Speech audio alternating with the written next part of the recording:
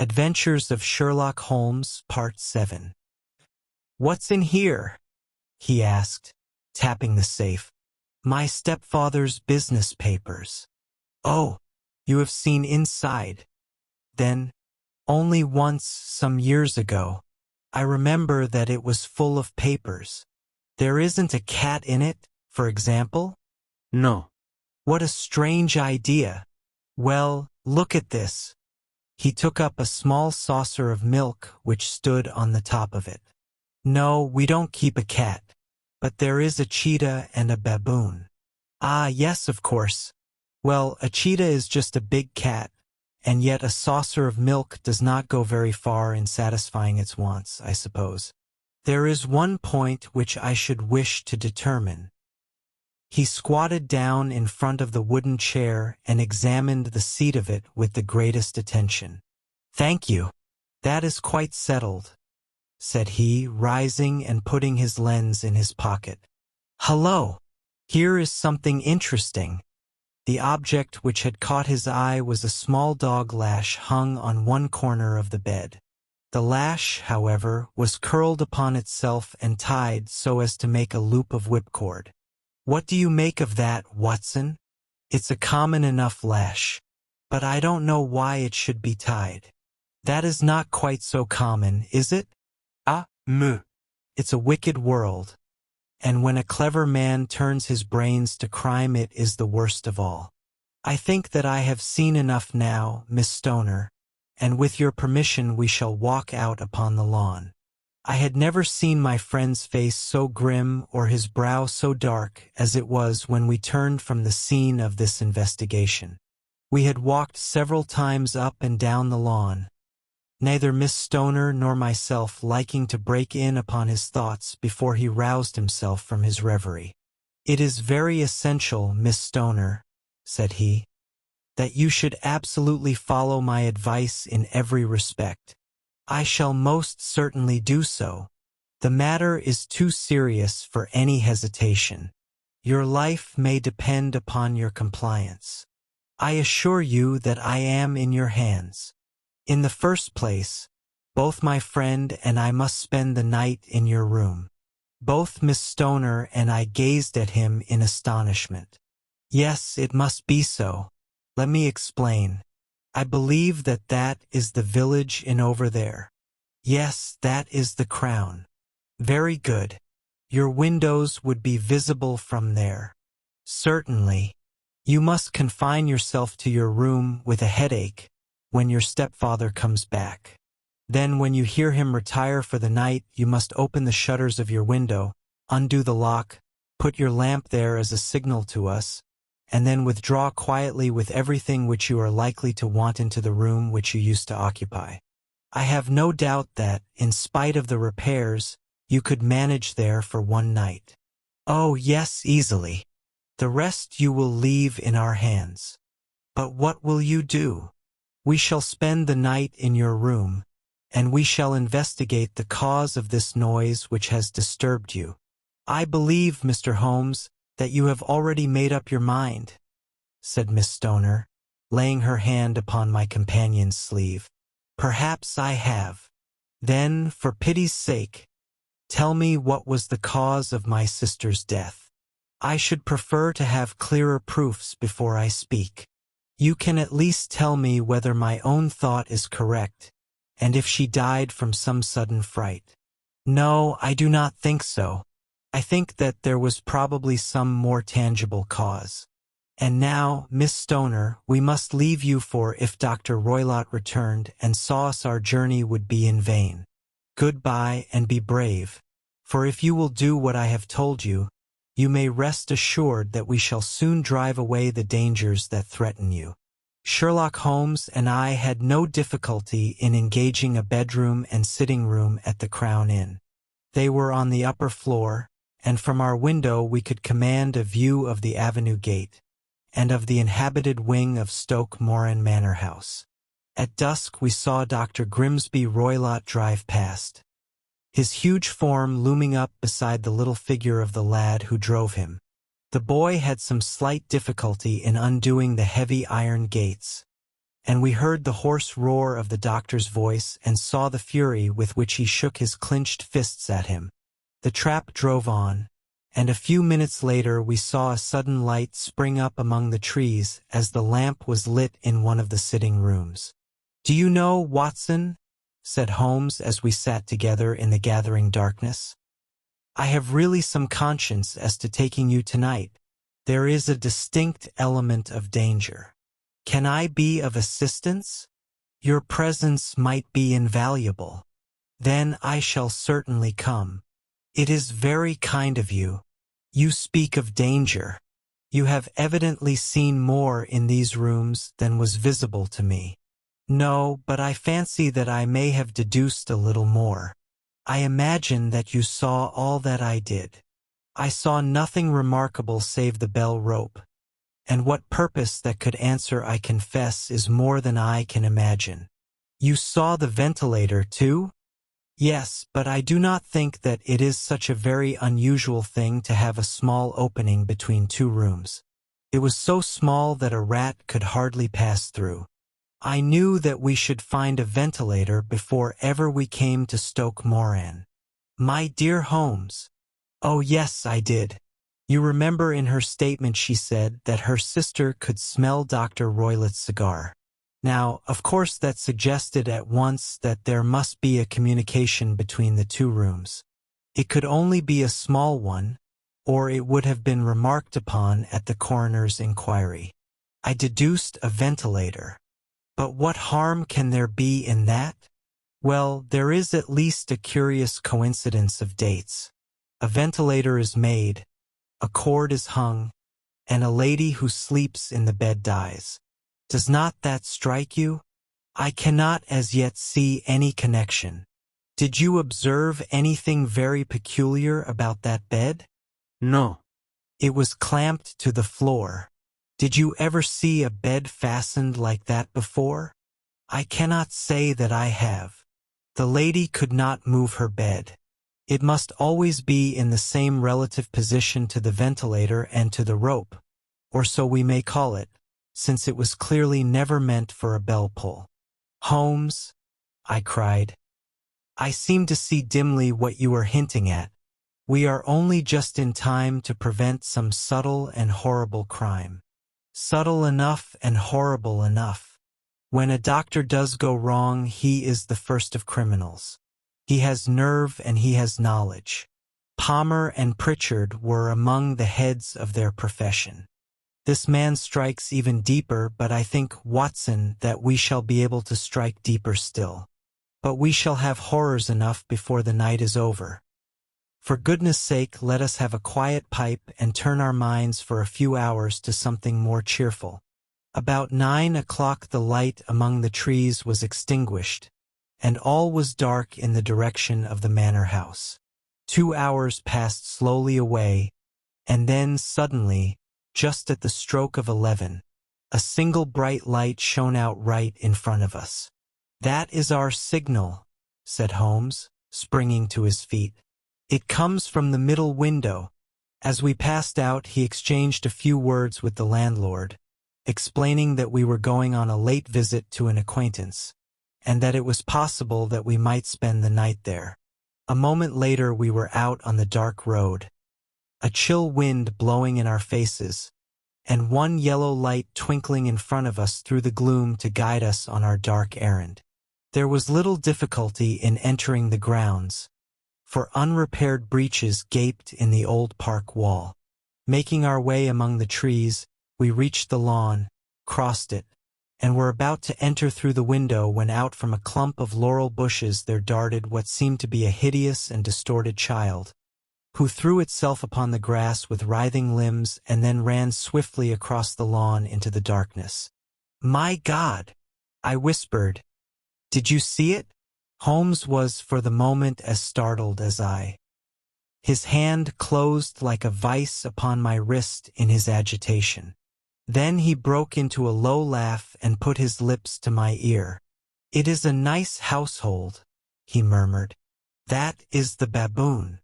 I had forgotten the strange pets which the doctor affected.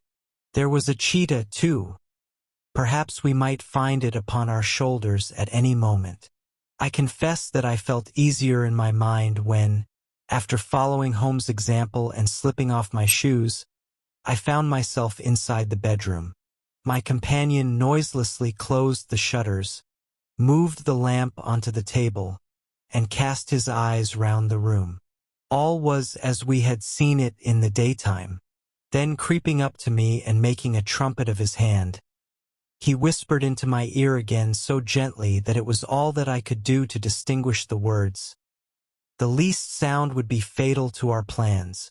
I nodded to show that I had heard. We must sit without light. He would see it through the ventilator. I nodded again. Do not go asleep. Your very life may depend upon it. Have your pistol ready in case we should need it. I will sit on the side of the bed, and you in that chair. I took out my revolver and laid it on the corner of the table. Holmes had brought up a long thin cane, and this he placed upon the bed beside him. By it he laid the box of matches and the stump of a candle. Then he turned down the lamp, and we were left in darkness. How shall I ever forget that dreadful vigil? I could not hear a sound, not even the drawing of a breath. And yet I knew that my companion sat open-eyed, within a few feet of me, in the same state of nervous tension in which I was myself. The shutters cut off the least ray of light, and we waited in absolute darkness. From outside came the occasional cry of a night bird, and once at our very window a long-drawn cat-like whine, which told us that the cheetah was indeed at liberty. Far away we could hear the deep tones of the parish clock, which boomed out every quarter of an hour. How long they seemed, those quarters! 12 struck, and 1 and 2 and 3, and still we sat waiting silently for whatever might befall. Suddenly there was the momentary gleam of a light up in the direction of the ventilator, which vanished immediately, but was succeeded by a strong smell of burning oil and heated metal. Someone in the next room had lit a dark lantern. I heard a gentle sound of movement, and then all was silent once more, though the smell grew stronger. For half an hour I sat with straining ears. Then suddenly another sound became audible, a very gentle, soothing sound, like that of a small jet of steam escaping continually from a kettle. The instant that we heard it, Holmes sprang from the bed, struck a match, and lashed furiously with his cane at the bell pull. "You see it, Watson?" he yelled. "You see it." But I saw nothing. At the moment when Holmes struck the light I heard a low, clear whistle, but the sudden glare flashing into my weary eyes made it impossible for me to tell what it was at which my friend lashed so savagely. I could, however, see that his face was deadly pale and filled with horror and loathing. He had ceased to strike and was gazing up at the ventilator when suddenly there broke from the silence of the night the most horrible cry to which I have ever listened. It swelled up louder and louder, a hoarse yell of pain and fear and anger all mingled in the one dreadful shriek. They say that away down in the distant village, that cry raised the sleepers from their beds. It struck cold to our hearts, and I stood gazing at Holmes, and he at me, until the last echoes of it had died away into the silence from which it rose. "What can it mean?" I gasped.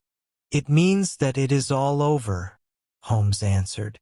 "And perhaps, after all, it is for the best. Take your pistol, and we will enter Dr. Roylott's room." With a grave face he lit the lamp and led the way down the corridor. Twice he struck at the chamber door without any reply from within. Then he turned the handle and entered, I at his heels with the cocked pistol in my hand. It was a singular sight which met our eyes. On the table stood a dark lantern with the shutter half open, throwing a brilliant beam of light upon the iron safe, the door of which was partly open. Beside this table, on the wooden chair, sat Dr. Grimsby Roylott clad in a long grey dressing gown, his bare ankles protruding beneath, and his feet thrust into red Turkish slippers. Across his lap lay the short stock with the long lash which we had noticed during the day. His chin was cocked upward and his eyes were fixed in a dreadful, rigid stare at the corner of the ceiling. Round his brow he had a peculiar yellow band, with brownish speckles, which seemed to be bound tightly round his head. As we entered he made neither sound nor motion. "The band! The speckled band!" whispered Holmes. I took a step forward. In an instant his strange headgear began to move, and there reared itself from among his hair the squat diamond-shaped head and puffed neck of a horrible snake. "It is a swamp snake!" cried Holmes. "The deadliest snake in India. He has died within 10 seconds of being bitten. Violence does, in truth, recoil upon the violent, and the one who schemes falls into the pit which he digs for another. Let us thrust this creature back into its den, and we can then remove Miss Stoner to some place of shelter and let the county police know what has happened." As he spoke he drew the dog whip swiftly from the dead man's lap, and throwing it round the reptile's neck he drew it from its horrid perch and, carrying it at arm's length, threw it into the iron safe, which he closed upon it. Such are the true facts of the death of Dr. Grimsby Roylott of Stoke Moran. It is not necessary that I should prolong a narrative which has already run to too great a length by telling how we broke the sad news to the terrified girl, how we conveyed her by the morning train to the care of her good aunt at Harrow, of how the slow process of official inquiry came to the conclusion that the doctor met his fate while indiscreetly playing with a dangerous pet. The little which I had yet to learn of the case was told me by Sherlock Holmes as we traveled back next day. "I had," said he, "come to an entirely erroneous conclusion which shows, my dear Watson, how dangerous it always is to reason from insufficient data. The presence of the gypsies and the use of the word band, which was used by the poor girl, no doubt, to explain the appearance which she had caught a hurried glimpse of by the light of her match, were sufficient to put me upon an entirely wrong scent. I can only claim the merit that I instantly reconsidered my position when, however, it became clear to me that whatever danger threatened an occupant of the room could not come either from the window or the door. My attention was speedily drawn, as I have already remarked to you, to this ventilator, and to the bell rope which hung down to the bed. The discovery that this was a dummy, and that the bed was clamped to the floor, instantly gave rise to the suspicion that the rope was there as a bridge for something passing through the hole and coming to the bed. The idea of a snake instantly occurred to me, and when I coupled it with my knowledge that the doctor was furnished with a supply of creatures from India, I felt that I was probably on the right track. The idea of using a form of poison which could not possibly be discovered by any chemical test was just such a one as would occur to a clever and ruthless man who had had an Eastern training. The rapidity with which such a poison would take effect would also, from his point of view, be an advantage. It would be a sharp-eyed coroner, indeed, who could distinguish the two little dark punctures which would show where the poison fangs had done their work. Then I thought of the whistle. Of course he must recall the snake before the morning light revealed it to the victim. He had trained it, probably by the use of the milk which we saw, to return to him when summoned. He would put it through this ventilator at the hour that he thought best, with the certainty that it would crawl down the rope and land on the bed. It might or might not bite the occupant. Perhaps she might escape every night for a week, but sooner or later she must fall a victim. I had come to these conclusions before ever I had entered his room. An inspection of his chair showed me that he had been in the habit of standing on it, which of course would be necessary in order that he should reach the ventilator. The sight of the safe, the saucer of milk, and the loop of whipcord were enough to finally dispel any doubts which may have remained. The metallic clang heard by Miss Stoner was obviously caused by her stepfather hastily closing the door of his safe upon its terrible occupant. Having once made up my mind, you know the steps which I took in order to put the matter to the proof. I heard the creature hiss, as I have no doubt that you did also, and I instantly lit the light and attacked it, with the result of driving it through the ventilator, and also with the result of causing it to turn upon its master at the other side. Some of the blows of my cane came home and roused its snake-like temper, so that it flew upon the first person it saw. In this way I am no doubt indirectly responsible for Dr. Grimsby Roylett's death, and I cannot say that it is likely to weigh very heavily upon my conscience. The adventure of the engineer's thumb. Of all the problems which have been submitted to my friend, Mr. Sherlock Holmes, for solution during the years of our intimacy, there were only two which I was the means of introducing to his notice, that of Mr. Hatherley's thumb, and that of Colonel Warburton's madness. Of these the latter may have afforded a finer field for an acute and original observer, but the other was so strange in its inception and so dramatic in its details that it may be the more worthy of being placed upon record, even if it gave my friend fewer openings for those deductive methods of reasoning by which he achieved such remarkable results. The story has, I believe, been told more than once in the newspapers, but, like all such narratives, its effect is much less striking when set forth in block in a single half-column of print than when the facts slowly evolve before your own eyes, and the mystery clears gradually away as each new discovery furnishes a step which leads on to the complete truth. At the time the circumstances made a deep impression upon me, and the lapse of 2 years has hardly served to weaken the effect. It was in the summer of '89, not long after my marriage, that the events occurred which I am now about to summarize. I had returned to civil practice and had finally abandoned Holmes in his Baker Street rooms, although I continually visited him and occasionally even persuaded him to forego his bohemian habits so far as to come and visit us. My practice had steadily increased, and as I happened to live at no very great distance from Paddington Station, I got a few patients from among the officials.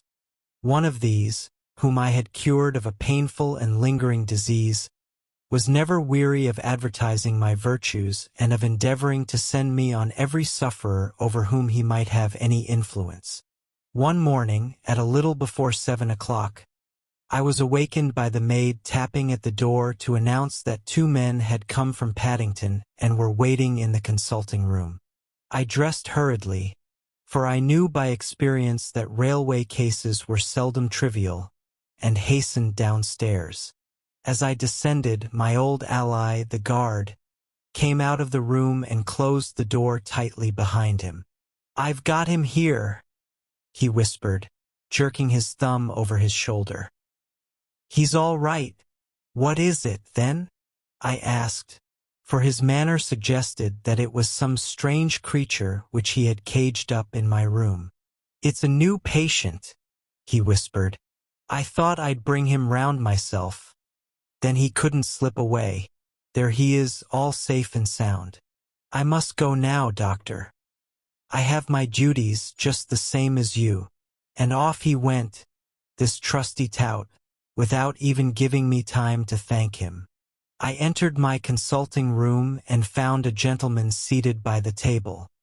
He was quietly dressed in a suit of heather tweed with a soft cloth cap which he had laid down upon my books.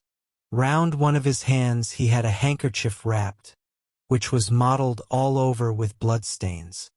He was young, not more than 25, I should say, with a strong masculine face.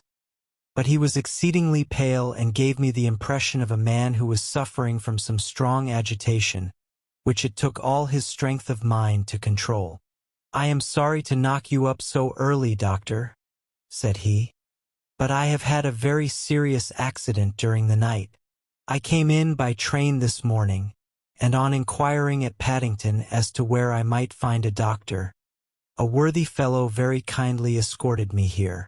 I gave the maid a card, but I see that she has left it upon the side table. I took it up and glanced at it. Mr. Victor Hatherley, hydraulic engineer, 16A Victoria Street, 3rd floor. That was the name, style, and address of my morning visitor. I regret that I have kept you waiting, said I, sitting down in my library chair. You are fresh from a night journey, I understand, which is in itself a monotonous occupation. Oh, my night could not be called monotonous, said he and laughed. He laughed very heartily, with a high, ringing note, leaning back in his chair and shaking his sides. All my medical instincts rose up against that laugh. Stop it, I cried. Pull yourself together. And I poured out some water for him. It was useless, however. He was off in one of those hysterical outbursts which come upon a strong nature when some great crisis is over and gone. Presently he came to himself once more, very weary and pale-looking. I have been making a fool of myself, he gasped. Not at all. Drink this. I dashed some brandy into the water, and the color began to come back to his bloodless cheeks. That's better, said he. And now, doctor, perhaps you would kindly attend to my thumb, or rather to the place where my thumb used to be. He unwound the handkerchief and held out his hand. It gave even my hardened nerves a shudder to look at it.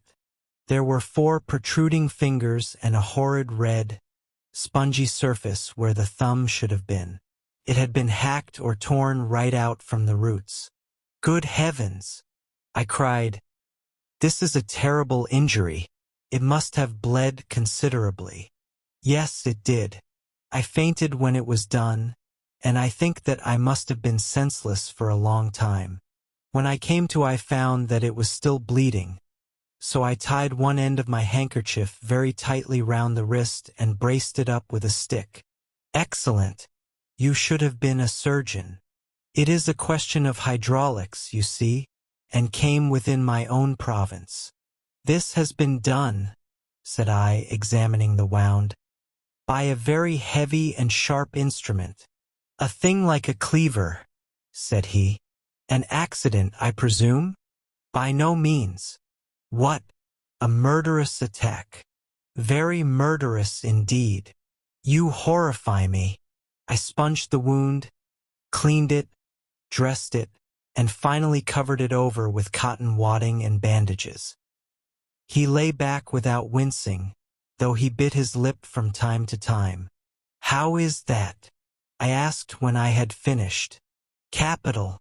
Between your brandy and your bandage, I feel a new man. I was very weak, but I have had a good deal to go through. Perhaps you had better not speak of the matter. It is evidently trying to your nerves. Oh no, not now. I shall have to tell my tale to the police. But between ourselves, if it were not for the convincing evidence of this wound of mine, I should be surprised if they believed my statement, for it is a very extraordinary one, and I have not much in the way of proof with which to back it up. And even if they believe me, the clues which I can give them are so vague that it is a question whether justice will be done. Ha! Cried I. If it is anything in the nature of a problem which you desire to see solved, I should strongly recommend you to come to my friend, Mr. Sherlock Holmes, before you go to the official police. Oh, I have heard of that fellow, answered my visitor, and I should be very glad if he would take the matter up, though of course I must use the official police as well. Would you give me an introduction to him? I'll do better. I'll take you round to him myself. I should be immensely obliged to you. We'll call a cab and go together. We shall just be in time to have a little breakfast with him. Do you feel equal to it? Yes. I shall not feel easy until I have told my story. Then my servant will call a cab, and I shall be with you in an instant. I rushed upstairs, explained the matter shortly to my wife, and in 5 minutes was inside a cab, driving with my new acquaintance to Baker Street. Sherlock Holmes was, as I expected, lounging about his sitting room in his dressing gown, reading the agony column of the Times and smoking his before-breakfast pipe, which was composed of all the plugs left from his smokes of the day before, all carefully dried and collected on the corner of the mantelpiece. He received us in his quietly genial fashion, ordered fresh bacon and eggs, and joined us in a hearty meal. When it was concluded, he settled our new acquaintance upon the sofa, placed a pillow beneath his head, and laid a glass of brandy and water within his reach. "It is easy to see that your experience has been no common one, Mr. Hatherley," said he. "Pray, lie down there and make yourself absolutely at home. Tell us what you can. But stop when you are tired and keep up your strength with a little stimulant." "Thank you," said my patient. "But I have felt another man since the doctor bandaged me, and I think that your breakfast has completed the cure. I shall take up as little of your valuable time as possible, so I shall start at once upon my peculiar experiences." Holmes sat in his big armchair with the weary, heavy-lidded expression which veiled his keen and eager nature, while I sat opposite to him, and we listened in silence to the strange story which our visitor detailed to us. "You must know," said he, "that I am an orphan and a bachelor, residing alone in lodgings in London. By profession I am a hydraulic engineer, and I have had considerable experience of my work during the 7 years that I was apprenticed to Venner and Matheson, the well-known firm of Greenwich. 2 years ago, having served my time, and having also come into a fair sum of money through my poor father's death, I determined to start in business for myself and took professional chambers in Victoria Street. I suppose that everyone finds his first independent start in business a dreary experience. To me it has been exceptionally so. During 2 years I have had 3 consultations and 1 small job, and that is absolutely all that my profession has brought me. My gross takings amount to £27.10. Every day, from 9 in the morning until 4 in the afternoon, I waited in my little den, until at last my heart began to sink, and I came to believe that I should never have any practice at all. Yesterday, however, just as I was thinking of leaving the office, my clerk entered to say there was a gentleman waiting who wished to see me upon business. He brought up a card, too, with the name of Colonel Lysander Stark engraved upon it. Close at his heels came the colonel himself, a man rather over the middle size, but of an exceeding thinness. I do not think that I have ever seen so thin a man. His whole face sharpened away into nose and chin, and the skin of his cheeks was drawn quite tense over his outstanding bones. Yet this extreme thinness seemed to be his natural habit, and due to no disease, for his eye was bright, his step brisk, and his bearing assured. He was plainly but neatly dressed, and his age, I should judge, would be nearer 40 than 30. "Mr. Hatherley?" said he, with something of a German accent. "You have been recommended to me, Mr. Hatherley, as being a man who is not only proficient in his profession but is also discreet and capable of preserving a secret." I bowed, feeling as flattered as any young man would at such an address.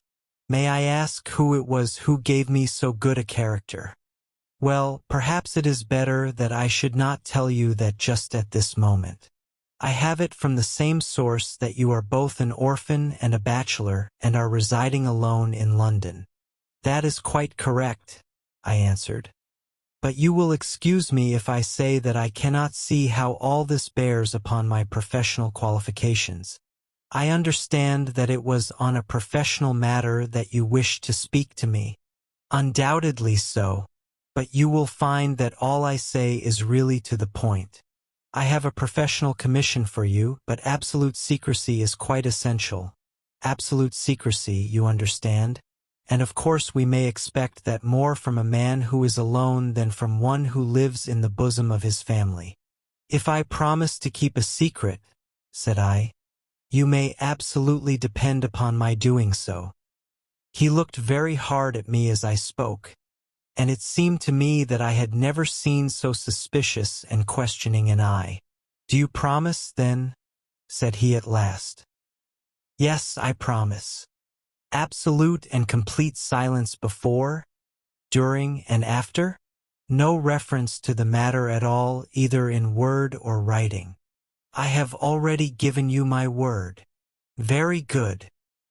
He suddenly sprang up, and darting like lightning across the room, he flung open the door. The passage outside was empty. "That's all right," said he, coming back. "I know that clerks are sometimes curious as to their master's affairs. Now we can talk in safety." He drew up his chair very close to mine and began to stare at me again with the same questioning and thoughtful look.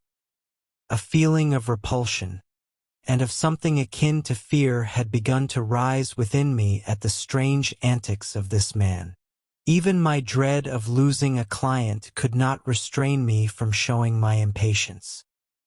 "I beg that you will state your business, sir," said I. "My time is of value." Heaven forgive me for that last sentence, but the words came to my lips. "How would 50 guineas for a night's work suit you?" he asked. "Most admirably. I say a night's work, but an hour's would be nearer the mark. I simply want your opinion about a hydraulic stamping machine which has got out of gear. If you show us what is wrong, we shall soon set it right ourselves. What do you think of such a commission as that? The work appears to be light and the pay generous." "Precisely so. We shall want you to come tonight by the last train." "Where to?" "To Ayford, in Berkshire. It is a little place near the borders of Oxfordshire, and within 7 miles of Reading. There is a train from Paddington which would bring you there at about 11:15. "Very good. I shall come down in a carriage to meet you."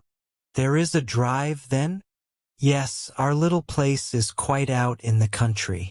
It is a good 7 miles from Ayford station. Then we can hardly get there before midnight. I suppose there would be no chance of a train back." "I should be compelled to stop the night." "Yes, we could easily give you a shakedown." "That is very awkward.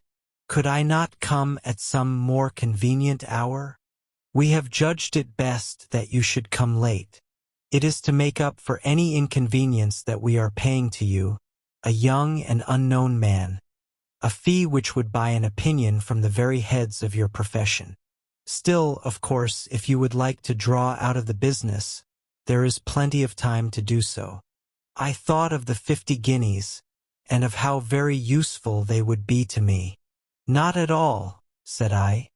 "I shall be very happy to accommodate myself to your wishes. I should like, however, to understand a little more clearly what it is that you wish me to do." "Quite so. It is very natural that the pledge of secrecy which we have exacted from you should have aroused your curiosity. I have no wish to commit you to anything without your having it all laid before you. I suppose that we are absolutely safe from eavesdroppers." "Entirely." "Then the matter stands thus. You are probably aware that Fuller's earth is a valuable product, and that it is only found in 1 or 2 places in England." "I have heard so. Some little time ago I bought a small place, a very small place, within 10 miles of Reading. I was fortunate enough to discover that there was a deposit of Fuller's earth in one of my fields. On examining it, however, I found that this deposit was a comparatively small one, and that it formed a link between 2 very much larger ones upon the right and left, both of them, however, in the grounds of my neighbors. These good people were absolutely ignorant that their land contained that which was quite as valuable as a gold mine. Naturally, it was to my interest to buy their land before they discovered its true value, but unfortunately I had no capital by which I could do this. I took a few of my friends into the secret, however, and they suggested that we should quietly and secretly work our own little deposit and that in this way we should earn the money which would enable us to buy the neighboring fields. This we have now been doing for some time, and in order to help us in our operations we erected a hydraulic press. This press, as I have already explained, has got out of order, and we wish your advice upon the subject. We guard our secret very jealously, however, and if it once became known that we had hydraulic engineers coming to our little house, it would soon rouse inquiry, and then, if the facts came out, it would be goodbye to any chance of getting these fields and carrying out our plans. That is why I have made you promise me that you will not tell a human being that you are going to Aford tonight. I hope that I make it all plain. I quite follow you, said I. The only point which I could not quite understand was what use you could make of a hydraulic press in excavating fuller's earth, which, as I understand, is dug out like gravel from a pit. Ah, said he carelessly. We have our own process. We compress the earth into bricks, so as to remove them without revealing what they are. But that is a mere detail. I have taken you fully into my confidence now, Mr. Hatherley, and I have shown you how I trust you. He rose as he spoke. I shall expect you, then, at Aford at 11:15.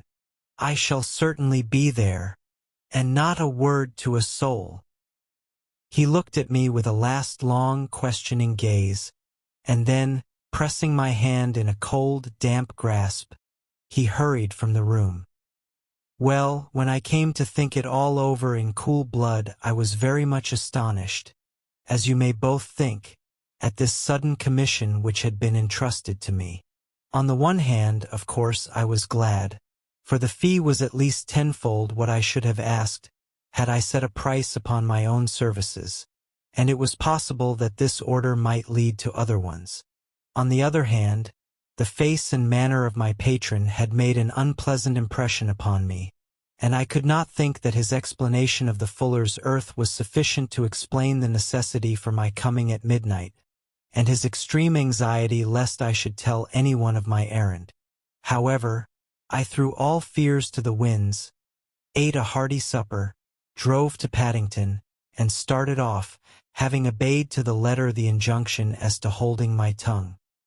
At Reading I had to change not only my carriage but my station. However, I was in time for the last train to Aford, and I reached the little dim-lit station after 11 o'clock. I was the only passenger who got out there, and there was no one upon the platform save a single sleepy porter with a lantern. As I passed out through the wicket gate, however, I found my acquaintance of the morning waiting in the shadow upon the other side. Without a word he grasped my arm and hurried me into a carriage, the door of which was standing open. He drew up the windows on either side, tapped on the woodwork, and away we went as fast as the horse could go. "One horse?" interjected Holmes. "Yes, only one." "Did you observe the color?" "Yes. I saw it by the sidelights when I was stepping into the carriage. It was a chestnut. Tired looking or fresh?" "Oh, fresh and glossy." "Thank you. I am sorry to have interrupted you. Pray continue your most interesting statement." Away we went then, and we drove for at least an hour. Colonel Lysander Stark had said that it was only 7 miles, but I should think, from the rate that we seemed to go, and from the time that we took, that it must have been nearer 12. He sat at my side in silence all the time, and I was aware, more than once when I glanced in his direction, that he was looking at me with great intensity. The country roads seemed to be not very good in that part of the world, for we lurched and jolted terribly. I tried to look out of the windows to see something of where we were, but they were made of frosted glass, and I could make out nothing save the occasional bright blur of a passing light. Now and then I hazarded some remark to break the monotony of the journey, but the colonel answered only in a few words, and the conversation soon flagged. At last, however, the bumping of the road was exchanged for the crisp smoothness of a gravel drive, and the carriage came to a stand. Colonel Lysander Stark sprang out, and, as I followed after him, pulled me swiftly into a porch which gaped in front of us. We stepped, as it were, right out of the carriage and into the hall, so that I failed to catch the most fleeting glance of the front of the house. The instant that I had crossed the threshold, the door slammed heavily behind us, and I heard faintly the rattle of the wheels as the carriage drove away. It was pitch dark inside the house, and the colonel fumbled about looking for matches and muttering under his breath. Suddenly a door opened at the other end of the passage, and a long golden bar of light shot out in our direction. It grew broader, and a woman appeared with a lamp in her hand, which she held above her head, pushing her face forward and peering at us. I could see that she was pretty, and from the gloss with which the light shone upon her dark dress I knew that it was a rich material. She spoke a few words in a foreign tongue in a tone as though asking a question, and when my companion answered in a gruff word she gave such a start that the lamp nearly fell from her hand. Colonel Stark went up to her, whispered something in her ear, and then, pushing her back into the room from whence she had come, he walked towards me again with the lamp in his hand. "Perhaps you will have the kindness to wait in this room for a few minutes," said he, throwing open another door. It was a quiet, little, plainly furnished room, with a round table in the center, on which several German books were scattered. Colonel Stark laid down the lamp on the top of a table beside the door. "I shall not keep you waiting an instant," said he, and vanished into the darkness. I glanced at the books upon the table, and in spite of my ignorance of German I could see that 2 of them were treatises on science, the others being volumes of poetry. Then I walked across to the window, hoping that I might catch some glimpse of the countryside, but an oak shutter, heavily barred, was folded across it. It was a wonderfully silent house. There was an old clock ticking loudly somewhere in the passage, but otherwise everything was deadly still. A vague feeling of uneasiness began to steal over me. Who were these German people, and what were they doing living in this strange out-of-the-way place? And where was the place? I was 10 miles or so from Erfurt. That was all I knew, but whether north, south, east, or west I had no idea. For that matter, Reading and possibly other large towns were within that radius, so the place might not be so secluded after all. Yet it was quite certain from the absolute stillness that we were in the country. I paced up and down the room, humming a tune under my breath to keep up my spirits and feeling that I was thoroughly earning my 50-guinea fee. Suddenly, without any preliminary sound in the midst of the utter stillness, the door of my room swung slowly open. The woman was standing in the aperture, the darkness of the hall behind her, the yellow light from my lamp beating upon her eager and beautiful face. I could see at a glance that she was sick with fear, and the sight sent a chill to my own heart. She held up one shaking finger to warn me to be silent, and she shot a few whispered words of broken English at me, her eyes glancing back, like those of a frightened horse, into the gloom behind her. "I would go," said she, trying hard, as it seemed to me, to speak calmly. "I would go. I should not stay here. There is no good for you to do." "But, madam," said I have not yet done what I came for. I cannot possibly leave until I have seen the machine." "It is not worth your while to wait," she went on. "You can pass through the door. No one hinders." And then, seeing that I smiled and shook my head, she suddenly threw aside her constraint and made a step forward, with her hands wrung together. "For the love of heaven," she whispered, "get away from here before it is too late." But I am somewhat stubborn by nature, and the more ready to engage in an affair when there is some obstacle in the way. I thought of my 50-guinea fee, of my wearisome journey, and of the unpleasant night which seemed to be before me. Was it all to go for nothing? Why should I slink away without having carried out my commission, and without the payment which was my due? This woman might, for all I knew, be a mad woman. With a stout bearing, therefore, though her manner had shaken me more than I cared to confess, I still shook my head and declared my intention of remaining where I was. She was about to renew her desperate pleas when a door slammed overhead, and the sound of several footsteps was heard upon the stairs. She listened for an instant, threw up her hands with a despairing gesture, and vanished as suddenly and as noiselessly as she had come. The newcomers were Colonel Lysander Stark and a short, thick man with a beard growing out of the creases of his double chin, who was introduced to me as Mr. Ferguson. "This is my secretary and manager," said the colonel. "By the way, I was under the impression that I left this door shut just now. I fear that you have felt the draft." "On the contrary," said I opened the door myself because I felt the room to be a little close. He shot one of his suspicious looks at me. "Perhaps we had better proceed to business, then," said he. "Mr. Ferguson and I will take you up to see the machine. I had better put my hat on, I suppose?" "Oh no, it is in the house." "What, you dig fuller's earth in the house?" "No, no. This is only where we compress it. But never mind that. All we wish you to do is to examine the machine and to let us know what is wrong with it."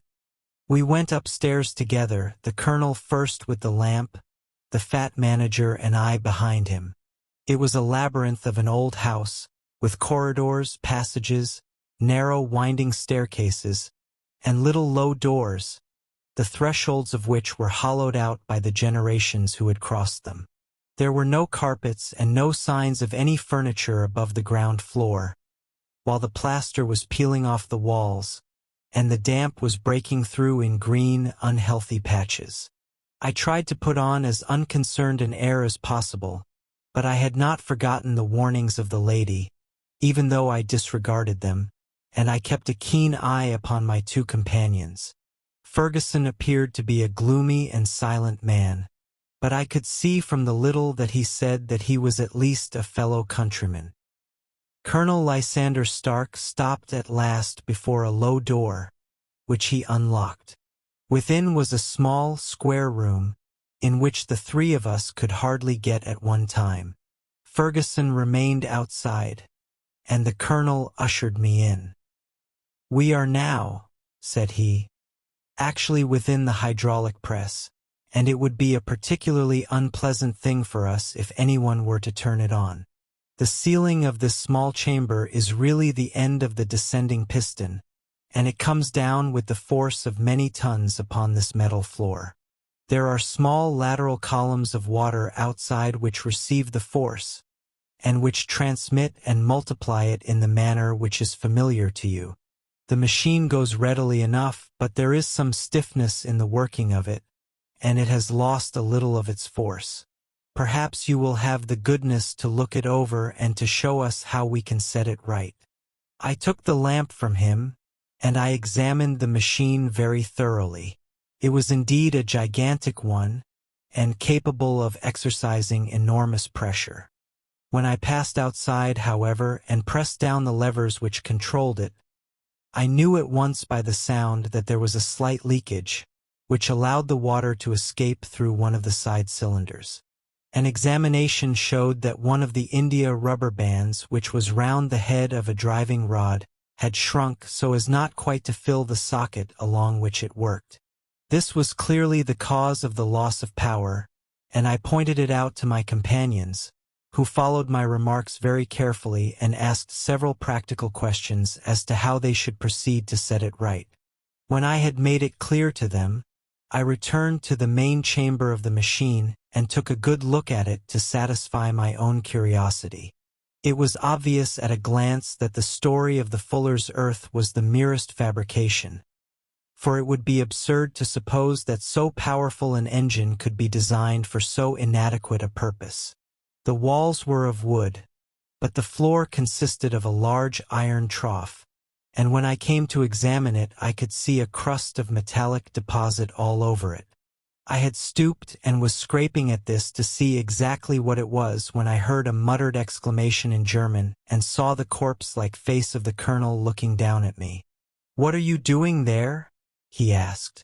I felt angry at having been tricked by so elaborate a story as that which he had told me. "I was admiring your Fuller's Earth," said I. "I think that I should be better able to advise you as to your machine if I knew what the exact purpose was for which it was used." The instant that I uttered the words I regretted the rashness of my speech. His face set hard, and a menacing light sprang up in his gray eyes. "Very well," said he. "You shall know all about the machine." He took a step backward, slammed the little door, and turned the key in the lock. I rushed towards it and pulled at the handle, but it was quite secure, and did not give in the least to my kicks and shoves. "Hello!" I yelled. "Hello, Colonel! Let me out!" And then suddenly in the silence I heard a sound which sent my heart into my mouth.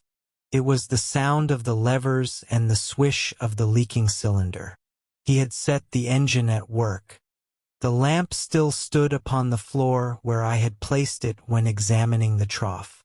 By its light I saw that the black ceiling was coming down upon me, slowly, jerkily, but, as none knew better than myself, with a force which must within a minute grind me to a shapeless pulp.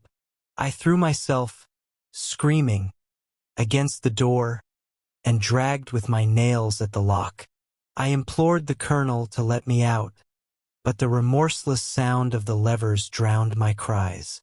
The ceiling was only a foot or two above my head, and with my hand upraised I could feel its hard, rough surface.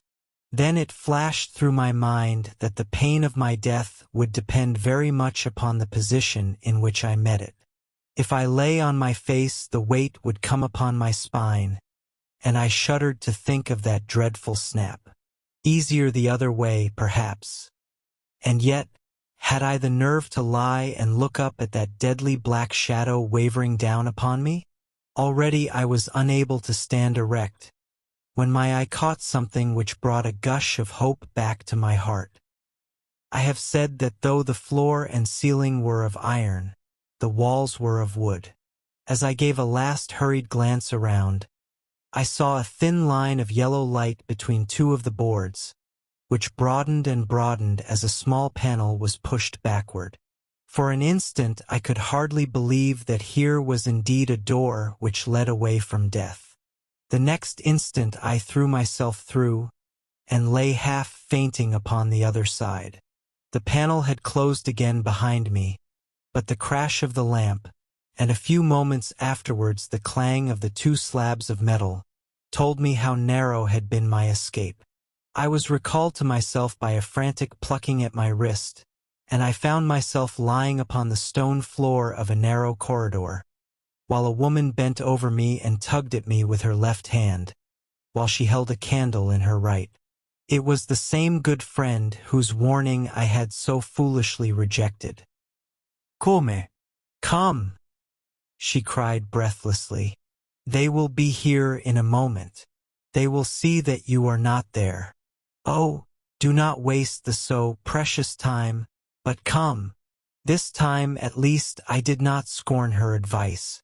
I staggered to my feet and ran with her along the corridor and down a winding stair.